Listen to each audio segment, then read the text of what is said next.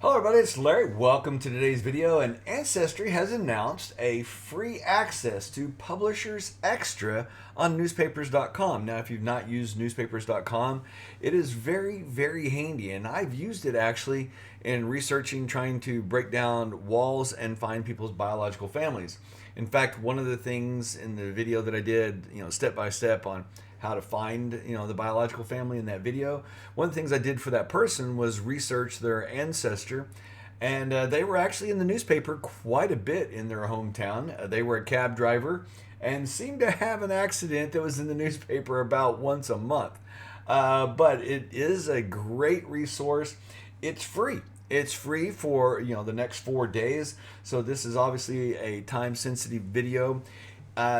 Check it out. I strongly recommend newspapers.com, especially the free access to the Publishers Extra. Now, just to be honest, there is the base. You see the asterisk.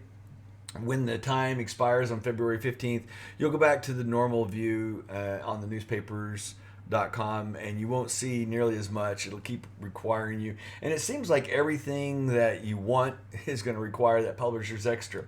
However, if you're doing hardcore research and looking for stories for your family, or clues, just trying to find that breakthrough clue.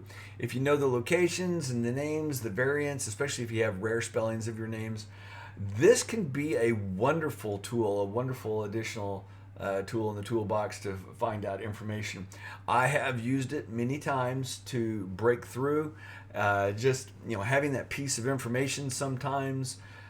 You can it even lists the obituaries. So this is actually a really great resource for getting the obituaries or wedding announcements, because those used to all be in the paper. So check it out, newspapers.com, free for the next few days from Ancestry until the 15th of February, a Valentine's special, kind of like the one that MyHeritage ran. Check it out. You're going to be glad you did. Let us know if you find anything cool about your family down in the comments below.